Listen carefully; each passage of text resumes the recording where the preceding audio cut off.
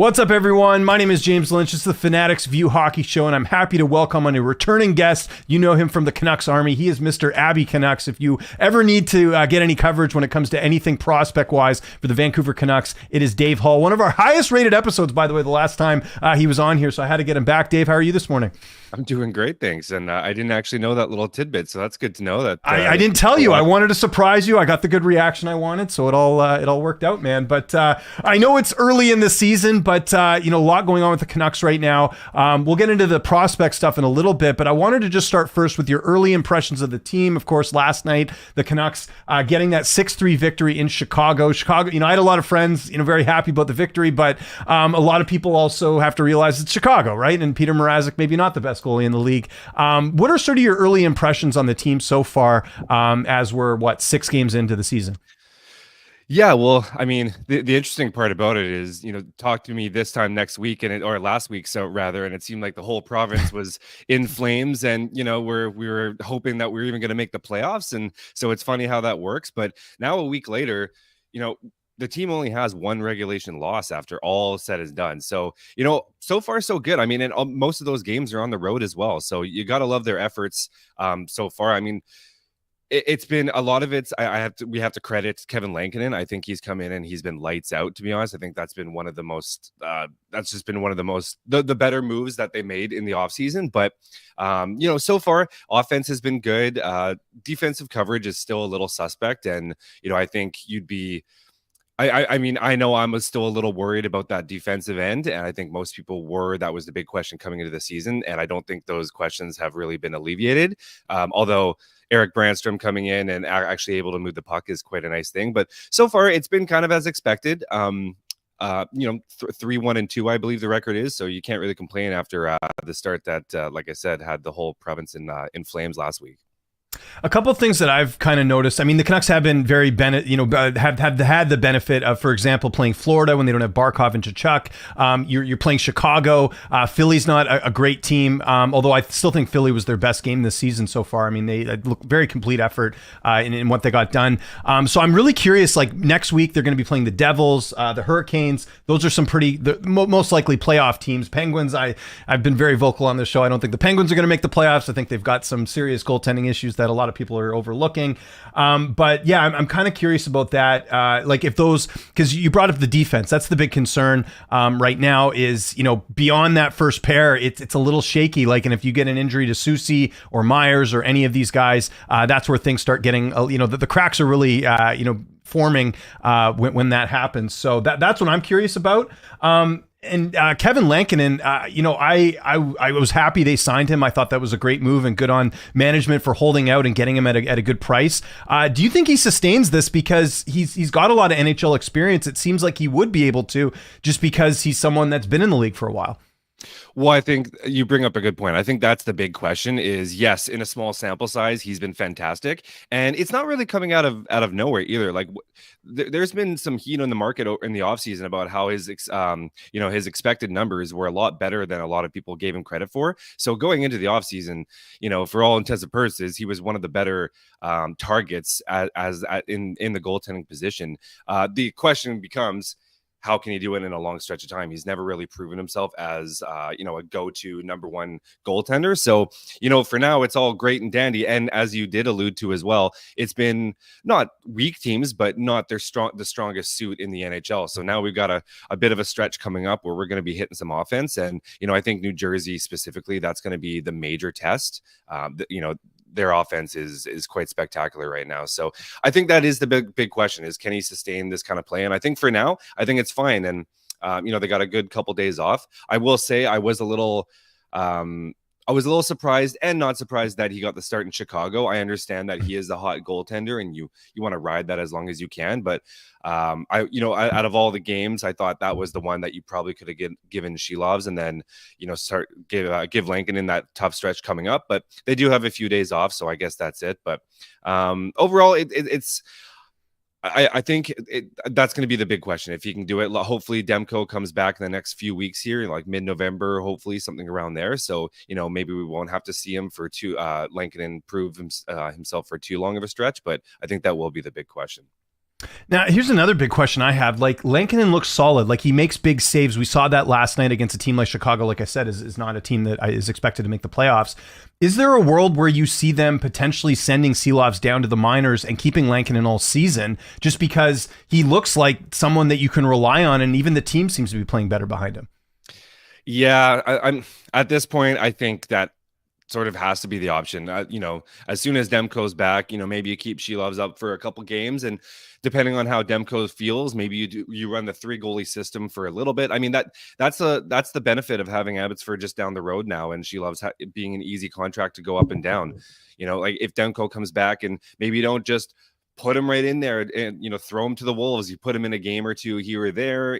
Maybe you just kind of rotate the 3 for a little bit. But I think when all said and is done, I think definitely Artur Seelovs is definitely the odd man looking out, and then he goes back down to Abbotsford and gets some wins. And so far it's only been a two game audition, but it's not like Patera has been lighting the league on fire down in the American League. So I'm not too concerned with, him kind of taking a back seat, and Shelovs coming in, and Shelovs and Tulopilo riding the 1-2 punch there. So I think you are correct in that, in my opinion, it would be Shelovs being the odd man out there. Yeah, and they would carry 3 goalies in Abbotsford if he was sent down, right? Is that the idea, or do they send one of them down to because Kalamazoo's the team below that, right? They could send some goalies down there, right? So it would be 3 goalies, you think they would carry? Yeah, I mean, and like I said, it would be for. I don't think it would be for a sustained amount of period. I mean, like there is the benefit to having Shelovs just down the road. So I think, depending on whether they're at home or not, I think there might be some workaround through that. So yeah, I mean, it's not ideal. You probably don't want to be carrying 3 goalies and, juggling all these things, but it's a good problem to have, right? We'd rather have that depth than none at all. So it's not the end of the world, and who knows? I guess in theory, one of the goalies could go down to Kalamazoo, but they've got Ty Young, their 20-year-old prospect there that just got dropped down, and they also have Jonathan Lemieux that are kind of sharing the stuff in Kalamazoo. So I don't anticipate that, and either of those 3 Abbotsford goalies would want to go down to the ECHL. So I think they'd probably just run 3. We got to talk quickly about Elias Pettersson. Everyone, we talk about the sky is falling. Everyone's freaking out after 6 games and the sample size we've had. And I'm looking here at the board. He's got 3 points so far. The league leader is Quinn Hughes with double that. I'm not really panicking because I think, like, for example, the Philly game on Saturday, like, he didn't score, but he contributed. He looked like, he had a couple opportunities. Like, there was a couple times when he missed the net or missed like a good shot. Even last night, that goal that Garland scored, I mean, he was right in front of the net. He almost banked it in, and then Garland was able to pick it up. Where do you land on this? Are you in the, this is going to be Huberto all over again? Or are you in the, or are you more optimistic like I am? Yeah, I'm kind of right in the middle. It's one of those things where, like, yes, I get it. He's making 11.6 now. Expectations have to be higher. I don't think you can just say, oh, it's fine. He was trying harder tonight. He made a play. He did this. Like, expectations do need to be higher. He's making 11.6 now. He's being paid as one of the high leverage players in the NHL rather. And, there has to be expectations. With that said, I've said this a few times. I don't really care what it is, whether it's hockey, whether it's school, whether it's work, whatever it is. Confidence is a hell of a drug, right? And I think certain players or certain people, rather individuals, kind of tether that line with confidence in different ways. And I just feel, without knowing him personally, he just seems to me like he's one of those players that really toes the line with confidence. And if he's hearing the pressure from out of the market, or if he's not playing well, if he's gripping the stick, he's overthinking things. I think things are going really poorly for him. We've seen this a few times. This isn't the first time that we've seen this Elias Pettersson, right? So I think he's one of those players that if things are bad, they're going bad, and the only thing that's going to get him out of a slump is a quick hot streak. He needs to pot 1 or 2, and then once that happens, the exact opposite. He's going to get confidence through the roof. He's going to start, he's not going to think about anything. He's just going to do what he knows he can do, like we've seen many times before. And so I'm not worried. It's not ideal. Yes, like I said earlier, expectations need to be higher. He needs to be better. He needs to start shooting. He needs to do all these little things that we all know by now. But at the same time, I do think there's a little bit of a wave here. And while it's not ideal for your $11.6 million player to be, an emotional player like that, I think that's just what it is at this point. And I think he will eventually find his footing. That's my opinion. And just the last thing on that, like I did see the report, Elliot Friedman mentioning that, you know, Pettersson's a guy that's looking at social media and all that. That surprised me a bit, to be honest, just because you think someone like him, where, you know, he is very like, you know, like you said, very like hard on himself, or very, I don't know what the word is, just like, you know, he seems very dedicated to this. I don't even know why he'd even bother reading any of that if he, you know, at the end of the day, it's an individual thing. But he's also a young kid too, if you think about it, right? So I think that could be part of it as well. But what did you take away from that? Because that surprised me a little bit. Yeah, I it's kind of funny, you know, you see these players, you know, they're these superstar hockey players, but when you're at the rink and you see them leave, the first thing they do is they go on their phone, just like all of us, right? Like they're going on whatever they're doing. I don't know what they're doing on their phone, but the first thing they're doing is they're scrolling on their phone. So they're on some sort of social media. That's just the day of age. And so, you know, like as you said, he is a younger individual. He's probably on all the social medias. It's hard to block out, especially in a market like Vancouver, where it's just everywhere and all over the place. Even if, you know, I know for me specifically for Twitter, you know, I don't even follow some things. Let's just say it's politics or whatever it is. You don't even want to see it, and you just end up seeing it. So even if he wanted to somehow rid himself of, you know, maybe mute his name on Twitter, he's going to somehow see it. And so I can see how it would be difficult, and especially in a market like this, where it's just constantly, you know, you turn on the radio, you hear your name, you turn on the TV, you hear your name. So as much as I am surprised, I'm also, you know,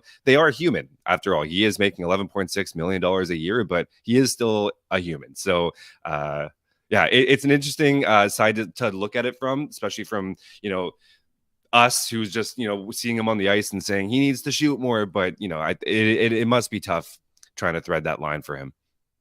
Let's talk prospects. This is always why I like getting you on here. Abbotsford Canucks 2-1 on the season, and like you mentioned, one of the benefits is that they can, you know, it's very easy to send players back and forth. One of the, you know, alumni from, well, I guess he's still technically part of the Abbotsford Canucks, but Archie Baines has performed quite well. He's been in the lineup. It looks like he's taking advantage of this opportunity of, you know, some bodies out of there. What have you made of his play? I know when Joshua comes back, that's going to sort of move things around a bit, but what have you made of Baines so far?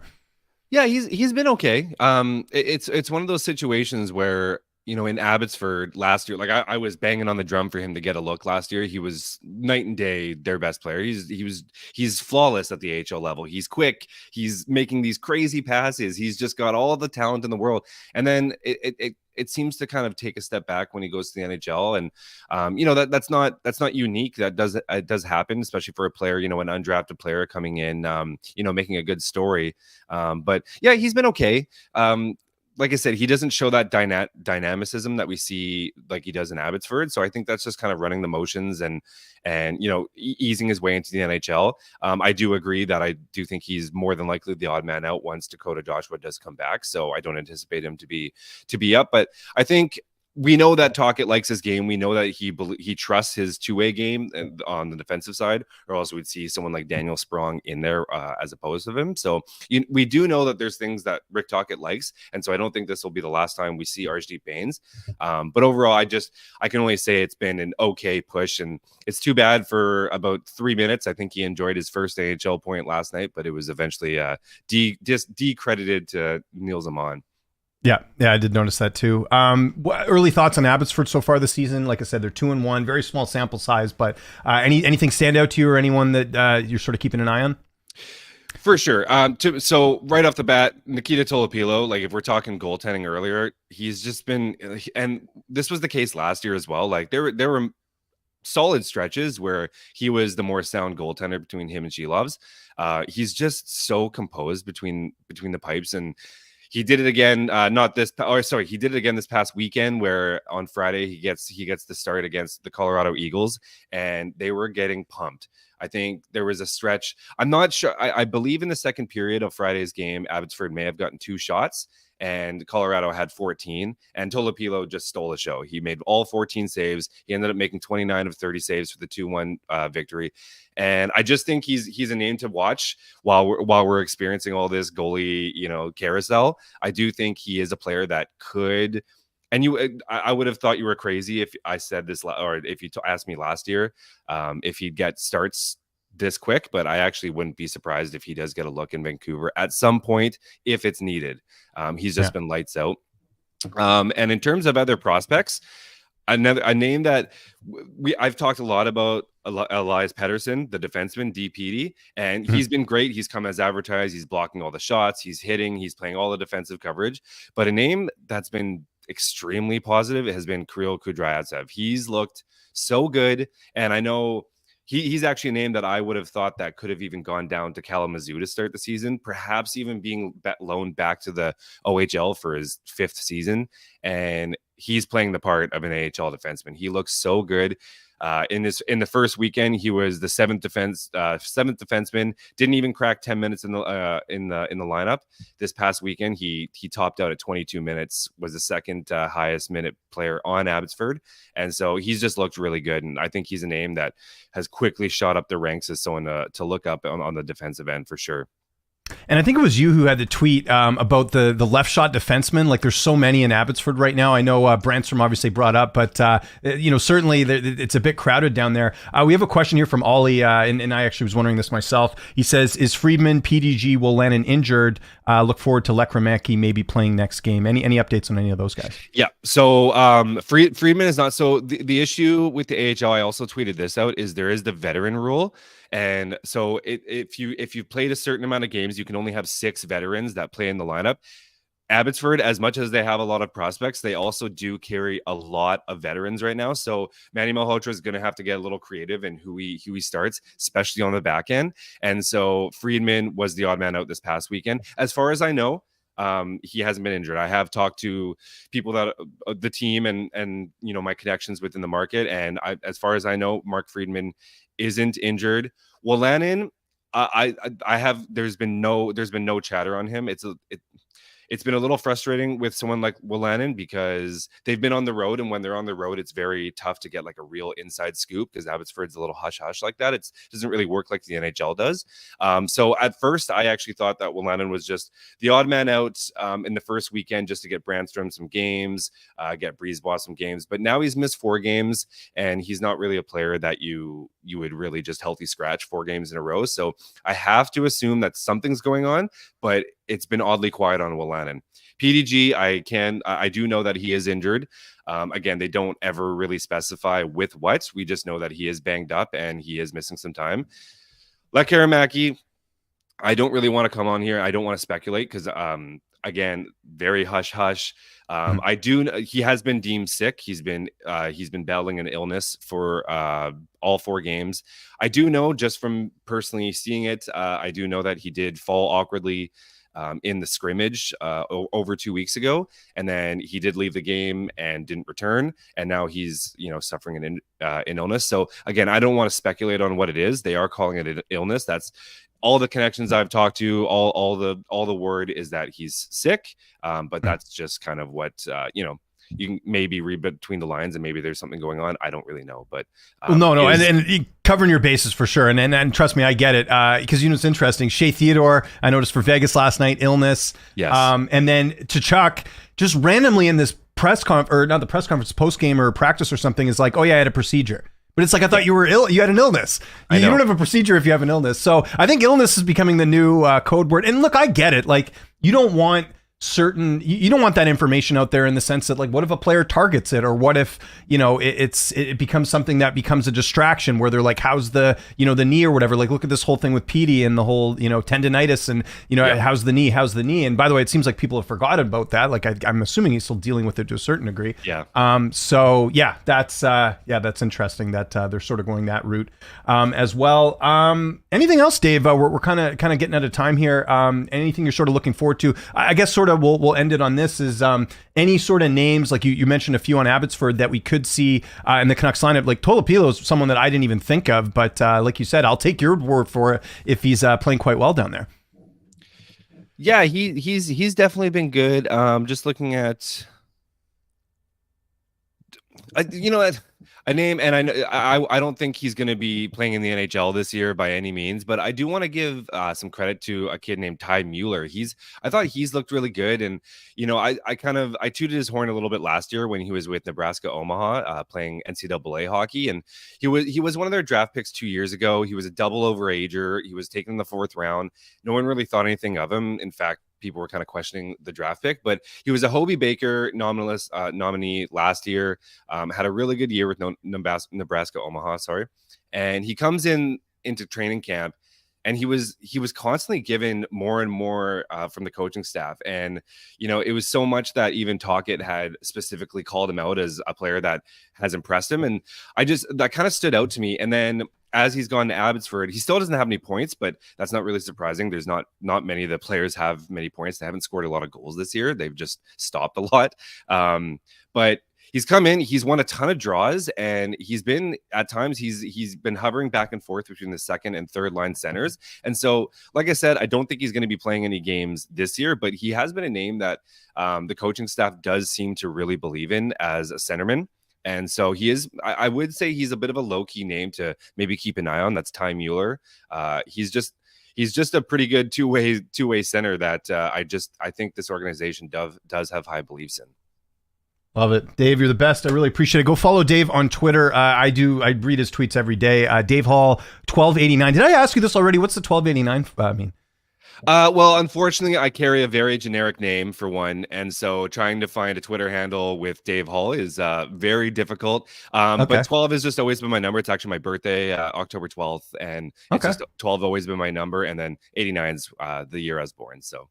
Oh, just easier to remember. Okay, that makes sense. Go check him out. Canucks Army, Dave Hall. Dave, we'll get you back on. I'll get you on a little bit later once we're sort of midway through the season and get some more updates. But great stuff, especially with the prospects. I always love hearing about that and some names that we could be seeing in the Canucks lineup. Thanks again, Dave. Have a good one. I appreciate it. Have a good show. Yeah, thanks. There's Dave Hall, one of my favorites. I read Dave all the time on Canucks Army. It's just cool we can get him on this show because he's got just a wealth of knowledge with the prospects and, insight on the Canucks. And yeah, I did mention it there, the Canucks winning 6-2 last night over the Blackhawks. There was a lot of action yesterday. Let's go through that. Actually, before we go through that, let me just take a quick look at some of the stuff we got going on the channel on Fanatics View. Really, really good stuff here by my guy Taylor. Look at this, 4 hours ago. My guy Taylor, he's a night owl. He's up at the late portions of the night. And he's posting stuff from all types of different teams. We've got Canucks post-game, Dallas Stars post-game. We've got, Nashville Predators, Utah. So, and these are like full scrums. So you're getting, 11 minutes of Nashville, 11 minutes of Utah, or 14 minutes of Utah. So go check out the channel, Fanatics View, for your post-game coverage, everything you need there. Let's get into all the games from last night. I didn't get to watch all these. I mainly watched the Canucks and Blackhawks last night, but I was sort of flipping in between the Leafs game last night too, which was an absolute disaster for Toronto. The Capitals getting it done over the Flyers. I'm actually trying to remember what their record is. So yeah, Capitals 4-1. The thing you like to see here with the Capitals, Jacob Chikrin, one of their acquisitions in the offseason, getting a goal last night, and Lindgren only having to make 17 saves last night, or 18 saves, I should say. 18 shots, 17 saves is what I meant to say. Pierre-Luc Dubois, 3 shots, no points. I don't think he's got any points or not much going on this year. And once again, the Flyers only scoring 1 goal, offense becoming a bit of a problem for them. We saw that on Saturday against Vancouver. Some of the other games we had last night, and then we'll get into some of the games tomorrow as well. And if you guys have any questions, keep them coming. Actually, Oli, I just see your question here. I'll get to that. Doesn't look happy right now. Just watch him after the goal. It could be anything. Maybe life isn't always easy. Could be lonely.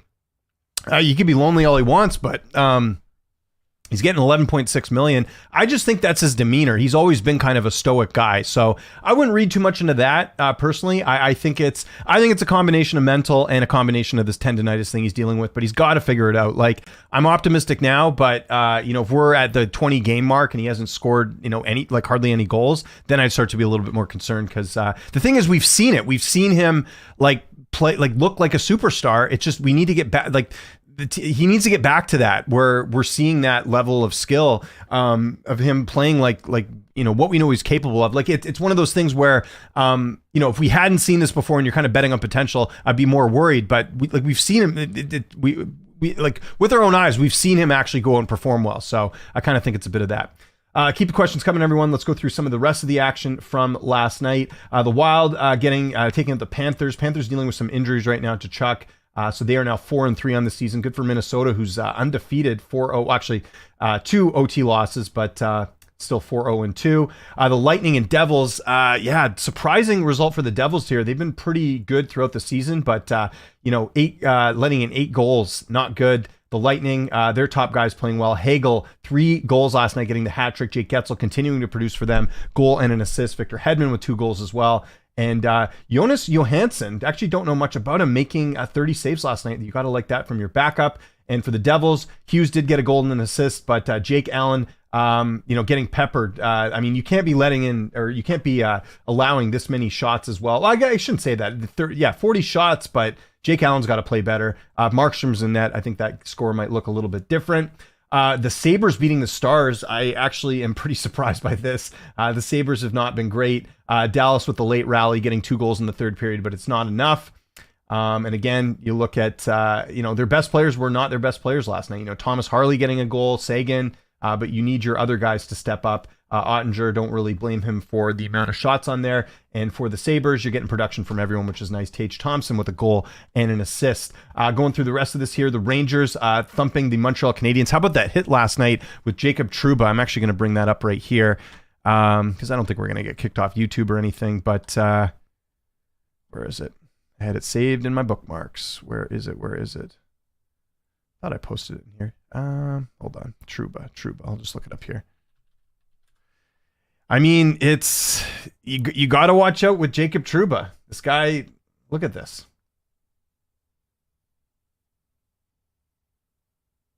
Ugh. Yeah. That's Trouba though. That's the style of play he has. So, that was tough if you're on the Montreal end of things. Rangers again thumping it. Rangers are looking great. 5-0-1 right now.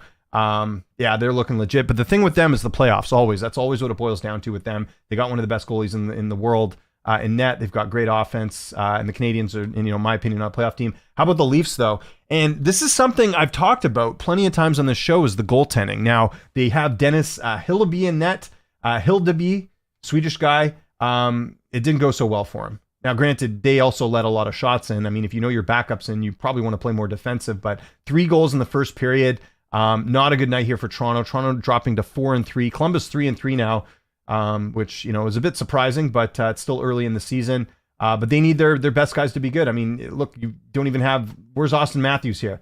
He had 2 shots on goal. That's not good enough against a team like Columbus. They should be a lot better there. So the Jackets getting the win there. We'll quickly go through some of these other ones. I won't go into full detail here. The Red Wings beating the Islanders. Red Wings, they don't have many wins this season. Yeah, just 3 wins for them.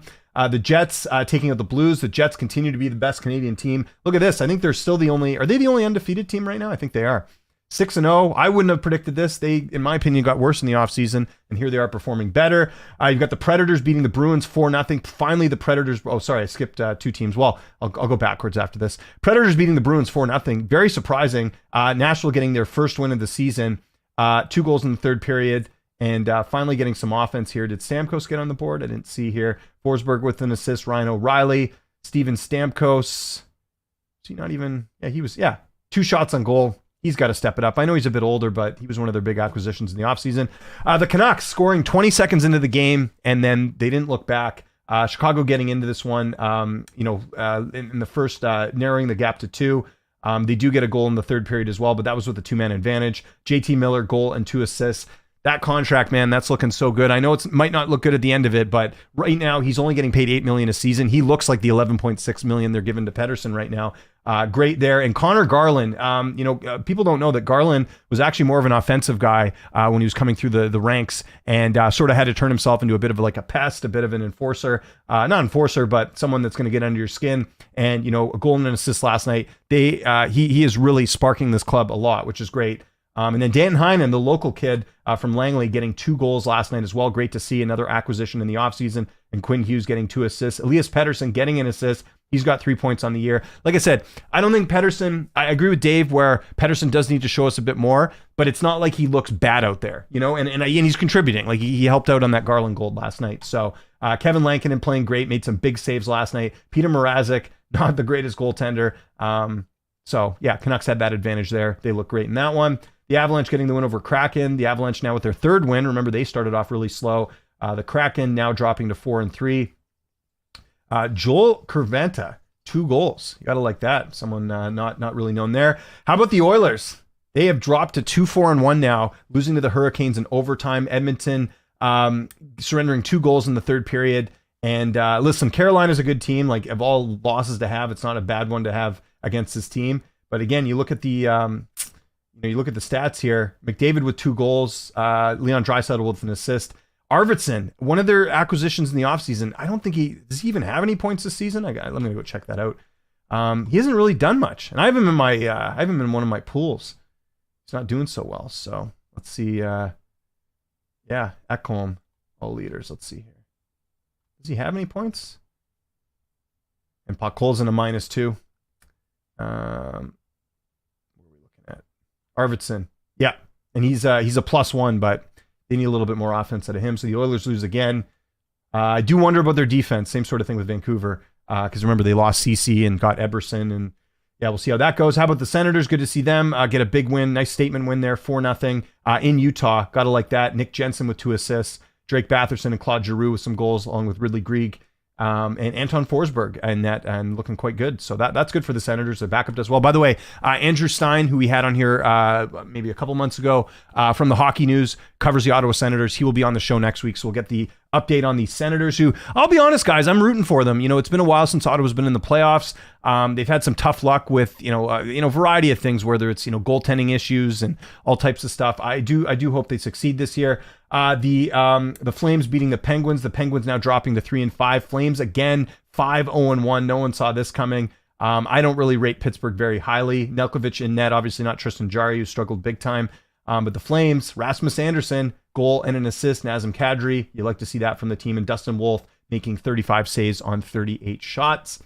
And then quickly, the Ducks beating the Sharks. Not a whole lot to say there. And the Golden Knights thumping the Kings. Kings are dropped to 3-2-2. The Golden Knights back to 4-2-1. So things getting interesting in the Western Conference. David Rittich getting the start for the Kings. Actually looking okay. I mean, 24. Well, actually not looking okay. He let in 6 goals. But yeah, they've got goaltending issues like a lot of teams. Like Toronto and LA are 2 teams that, could be playing a lot better if they had better goaltending, in my opinion. Let's get to your questions. Loved the game last night. Didn't get to catch any of the hockey last night. What was your most surprising result? I did a bet on the Capitals, so that's good. Yeah, surprising to me was the Stars losing. I mean, the Sabres are not a great team this year. So that's one I definitely lost some money on. And I think I parlayed the Leafs last night. That didn't work out. Other than that, I stayed away from Senators in Utah. I had the Bruins as dogs against the Predators, but yeah, that was maybe the other surprise there. But pretty good game, slate of games overall. Love the game last night. That's from Jacob. Which game? The Chicago game, or which game are you talking about? Nothing to do with happiness. Pretty sure he's just struggling. Talking about Pettersson.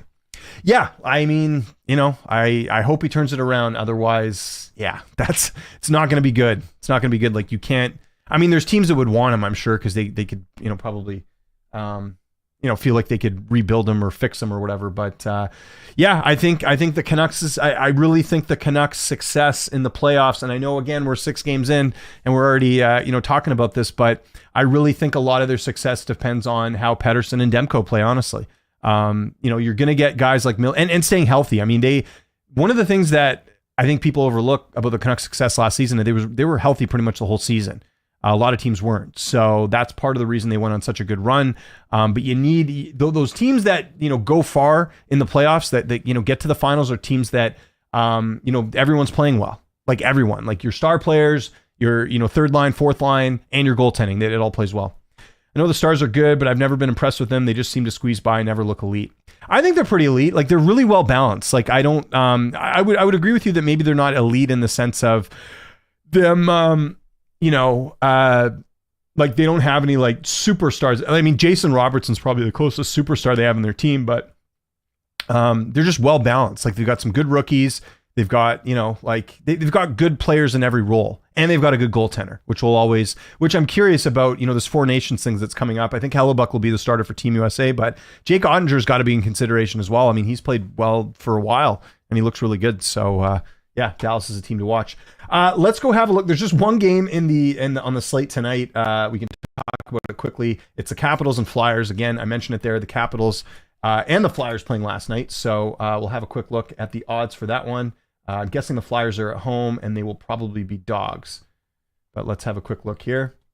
Odds courtesy of Bodog. Well, not courtesy. I'm doing them the courtesy. I'm mentioning Bodog. So if Bodog's seeing this. So yeah, you can see right now the Capitals are the favorite at -145. Yeah, Flyers are struggling to score some offense.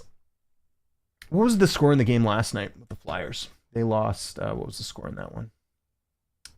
They lost 4-1. Oh, so this is just a rematch of yesterday, basically. That's weird. Although it's in Washington now. I might look at the under here because the Flyers are struggling to score. If you look at the Flyers overall, 4-1, 3-0, 4-6. Okay, the overhit there. I don't know, these last couple, it might be worth taking the under here just because, again, the Flyers aren't scoring much. Right now, the under is even money at 6.5. These teams just played last night. They're going to be tired. I think that might be worth a stab, taking the Flyers or taking the under here. As far as a bet, I think you got to go with the Capitals. They've been playing great. Although saying that, I mean, we saw the Leafs destroy the Lightning, although that was more goaltending, I was going to say, because the Leafs absolutely dismantled the Lightning, 2 nights ago, and then they lose to Columbus. Like, how does that work? So we'll see. Last year, I thought the defense was one of the main reasons the Canucks had success. Maybe I'm wrong. I think it's a huge deal. They just lost that defensive edge. Well, the only defense, I mean, they lost the big name that they lost on defense was Zadorov. But I want to remind people, you're talking about the Canucks, but I want to remind people that Zadorov was a healthy scratch throughout parts of the season last year. So he played well in the playoffs, but throughout the regular season. And is that a guy you want to be paying $5 million for? Like, I don't know about that.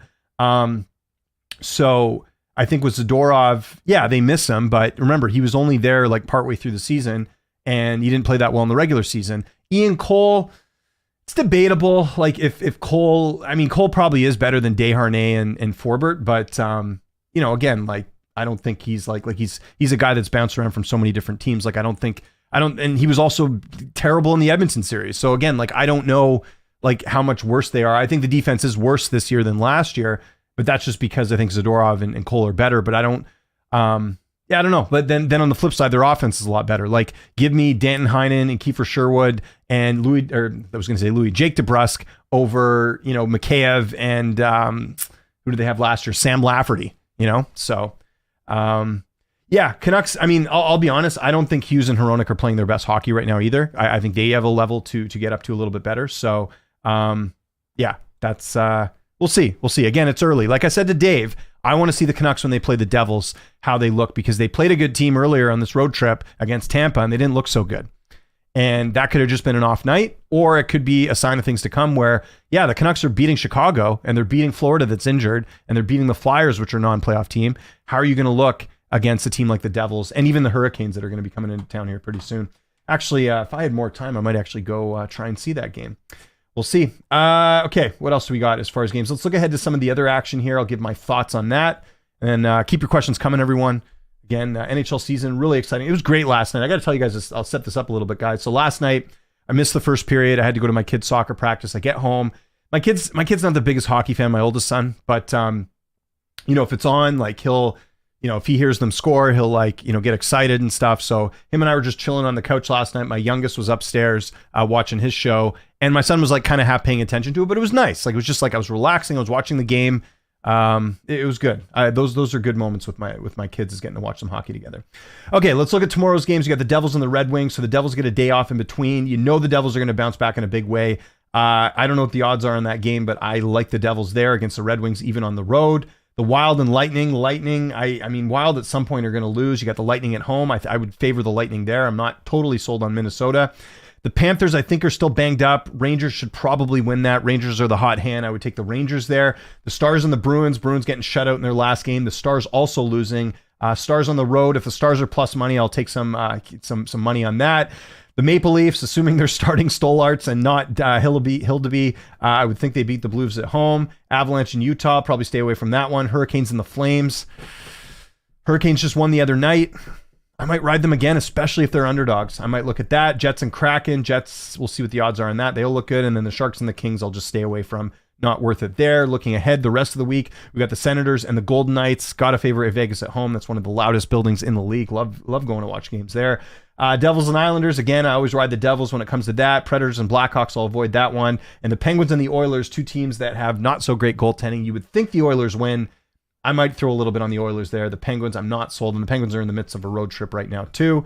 Looking ahead to Saturday, guys. Red Wings and Sabres, I'll avoid that one. Wild and Flyers, I'll avoid that one. Utah and the Kings, I'll avoid that one. Rangers are going to be huge favorites here. Maybe you parlay them with someone else. There's no way the Ducks should win that game. Capitals and Lightning, good tilt in the East.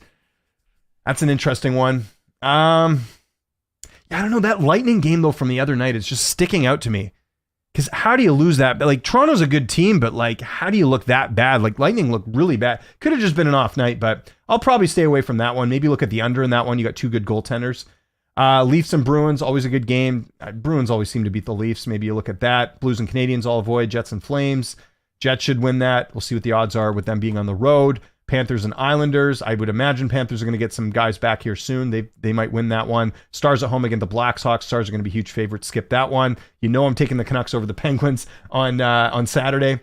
Blue Jackets and Predators. Avoid that one. Sharks and Golden Knights. Knights are going to be huge favorites. And again, the Hurricanes. We'll see how they look a couple nights after this road trip, but I would again think they win that. Oilers and Red Wings. Avoid that one. Ducks and Devils. Avoid that. Devils at home. Yeah, they're going to be big favorites. Avoid that one. Senators and Avalanche.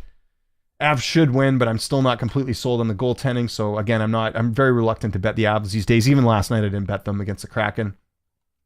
And let's just look ahead let's just look ahead up until next week. We might as well, as I'm kind of just spitballing here. Keep your questions coming, everyone. I'll get to them as well. Monday, Sabres and Panthers. Avoid that one. Oilers and Blue Jackets. Oilers should win, even on the road. Leafs and Jets. I'll take the Jets at home there. Predators and Lightning. I'll take the Lightning at home. Sharks and Utah will skip. Blackhawks Avalanche will skip. Golden Knights will take it home against the Flames. And the Canucks and Hurricanes. Depends how Vancouver looks against, they should beat Pittsburgh. If Hurricanes are plus money, I might throw some on them because they're a good team. Flyers and Bruins. Yeah, anyways, we've gone too far ahead there. So that's my thoughts on some of the upcoming games we got here. Yeah, I'm more talking about the way they're playing, not necessarily the players. I'm still casual, but from everything I'm seeing defensively, it sounds non-negotiable if you want elite wins. No, you're right. They got to play better, the defense. Even this like Brandstrom call-up that Dave was mentioning here on the show, like I think he hasn't looked out of place. He's looked fine. I hope it works out because they got him for pretty much nothing. Eric Brandstrom was acquired by Colorado in a trade to get rid of Tucker Poolman's contract. And Brandstrom, for those who don't know, was a high pick of Vegas, was in the Mark Stone trade, goes to Ottawa, played, I think, a decent amount of games for them, and then signed with the Avalanche in the offseason, or was in a trade. It would probably help if I actually just looked up what exactly happened there. And Colorado got rid of him quite quickly. But he was drafted 15th overall by the Knights in 2017. He's just one of those guys that hasn't panned out. But yeah, he played 76 games for the Senators last year, got 20 points, 36 penalty minutes. Like, Canucks could have something here because they don't have a lot of offensive defensemen. So,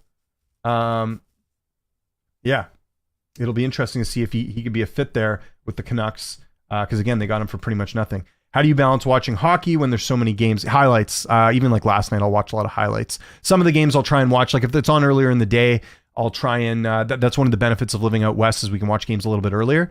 So that's where I'll, tune into some of the games. But for the most part, it's, it's highlights because you can't watch everything. And then I got to watch MMA as well for my job. So it's like, it's tough that way. Keep the questions coming, everyone. Appreciate you guys tuning in. This is the Fanatics View Hockey Show. This is your show, though. I say this all the time. Whatever you guys want to talk about, we can discuss it. Let's have a quick look at some of the news as well. Yeah, so there was no discipline on the hit for Jacob Trouba yesterday. That's a bit of notes. Interesting. Panthers signed head coach Paul Maurice to a contract extension. How long is the contract? Doesn't say exactly how many years, but that's probably a good move. He won him a Stanley Cup last year. First time him winning a cup. Utah allows 4 goals in the first period. Yikes, that's not good. What else do we have? Yeah, not a whole lot of like news and injuries and stuff. Kind of a bummer though. This is kind of a pet peeve of mine with the league. Like, having so many games last night where not everyone can watch everything. And then tonight we have one game. Like, you can't balance it out a little bit more. It would be nice if they could maybe have half the games they had last night and then have the other half play today. I'm not a fan of having all the teams play in one night and then having one game the next night. Doesn't make much sense to me. I would prefer more than that. So, what else? Let's look at some early point leaders here for the league. Just to give, and again, we're early guys. We're some teams have not even played. I mean, I think the most teams have played is 8 games so far. Usually, just so people know, the time you want to do adequate assessments is 20 games into the season. We're almost at the halfway mark of that. So once we get to game 20, then we can start saying stuff. And forget what the stat is, but like the teams that are out of the playoffs by Christmas, I think something like over 50% don't make the playoffs. So that's why it is important to get to a good start. Like we're talking with Dave about the Canucks starting Kevin Lankinen. You got to pick up those wins early, because if you fall behind like the Oilers are right now, it's really difficult. Remember, the Oilers had a terrible start last year and they went on a crazy run at the second half. That just doesn't happen. That's so hard to replicate. The Oilers have got to pick it up here. Now, granted, I said it last night, they're playing the Hurricanes. They're a very good team, but Oilers are supposed to be a cup favorite. You got to beat Carolina. I'm sorry. I know they got a point out of it, but that's still not very good. Having a quick look at the conference right now. Let's do the division right now, just looking at some of the standings. Then we'll look at some of the point totals right now as well. And again, keep your questions coming, everyone. So leading the way, of course, in the East is the New York Rangers. They've looked awesome, undefeated, 5-0, firing on all cylinders. Rangers just a good team. There's no questions about it. When you got goaltending like they do, they look great. The Devils, as I predicted, would be a very good team as well. They also have 11 points. Washington's been a bit of a surprise. But, good to see.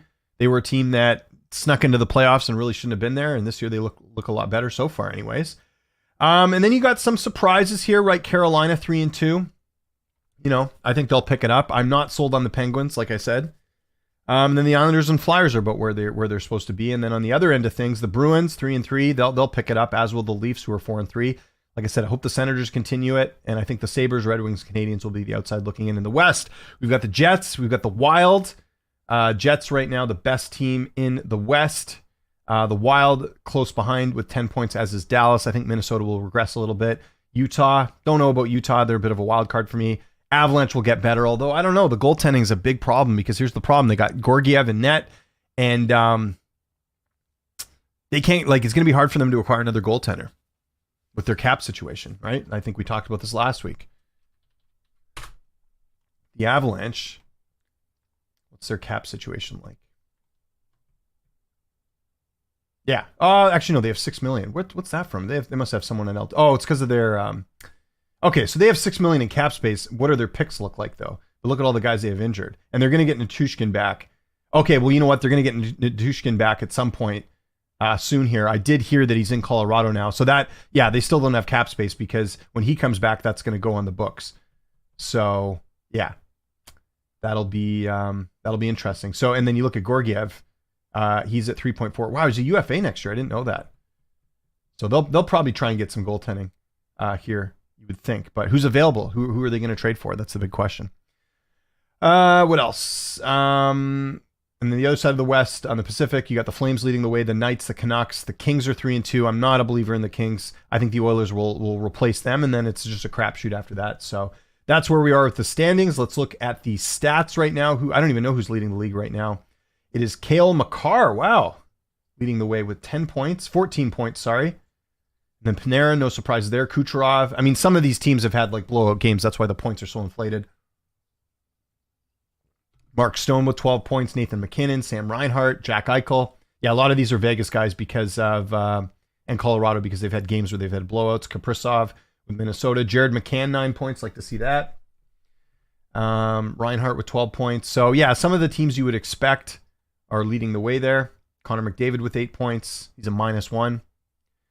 So that's where we're at. How about defensemen? I mean, obviously Makar. That's crazy. Makar's leading the league right now. Although it makes sense. He gets a lot of playing time, and they've had a couple games where it's weird that actually that Makar's leading the way with points, but he's -3, and Colorado, like I mentioned with the standings, is not doing so well.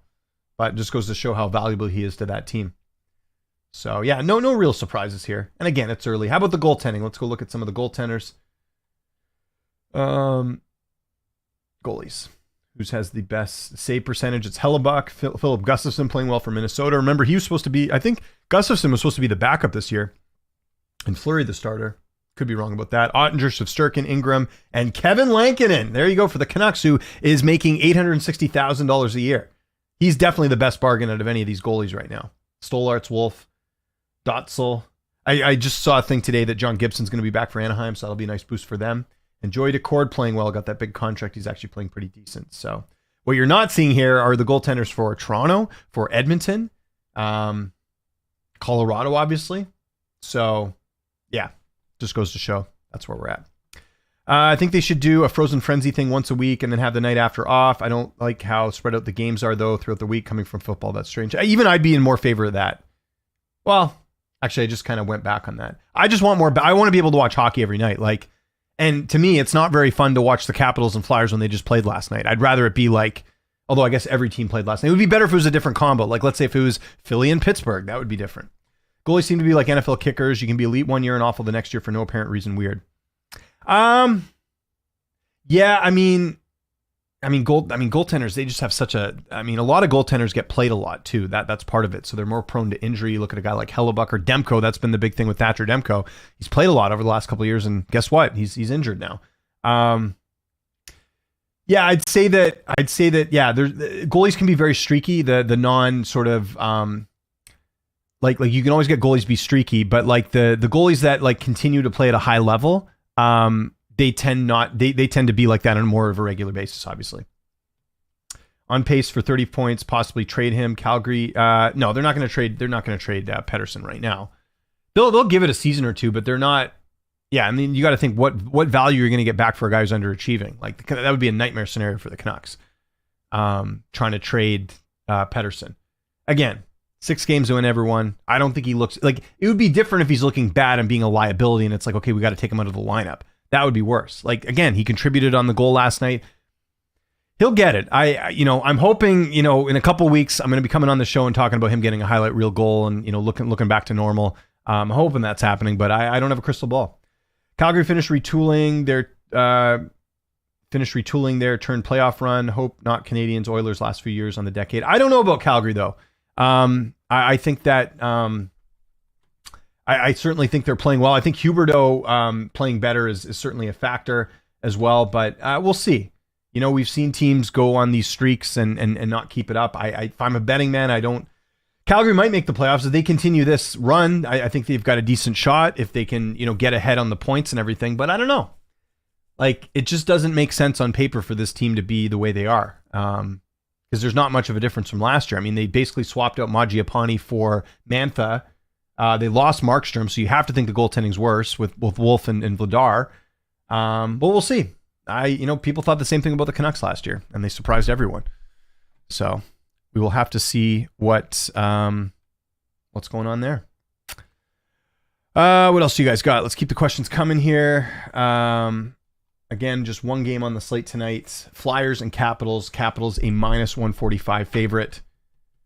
I'm actually curious to see how. Let's have a quick look at the Capitals and their points totals. How they're doing. I'm curious about Dubois this year for Washington.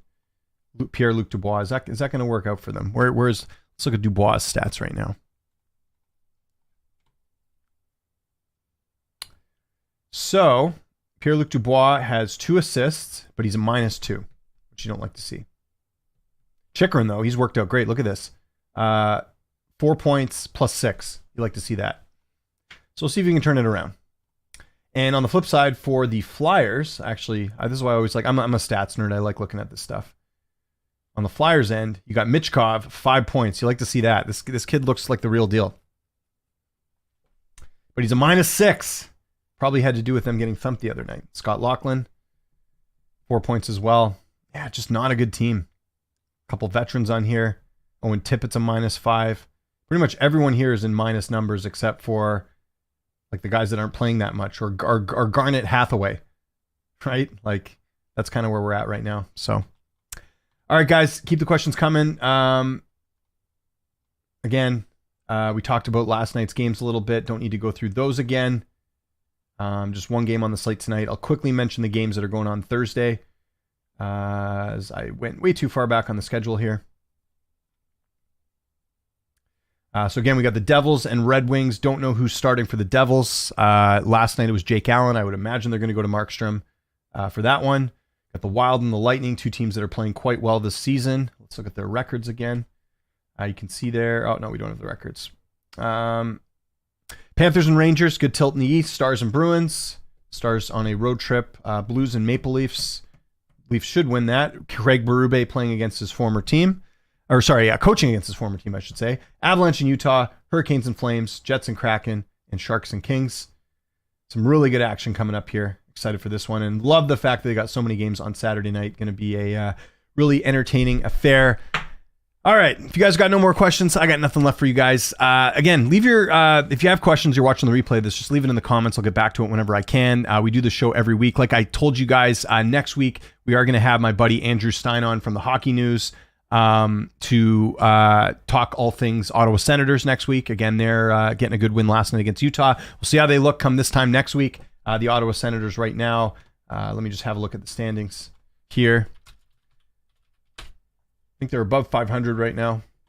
Senators are 4-2. So we'll see. I mean, a couple games, they could be moving up or moving down. I have to see what their schedule looks like. Senators, for the rest of the time, they got the Golden Knights, they got the Avalanche, they got the Blues. So Golden Knights will be tough. Avs, I think that's winnable, just how the Avs are playing. Blues, Rangers, and Kraken. So, I mean, I could see them splitting that road trip, but... So we'll have a lot to talk about next week with Andrew Stein if you guys want to tune into that. Make sure you hit the like button, hit the subscribe button, hit the notification bell on this channel. This is the Fanatics View Hockey Show. I do this every week. My name is James Lynch. You can follow me on Twitter. The handle is there, @LynchOnSports. I mainly cover MMA, but I do this hockey show every week as well because I'm a big hockey guy. Enjoy watching it. I hope you guys have a great rest of your Wednesday. I will see you next week with another guest, and have a good one. Thanks so much for tuning in.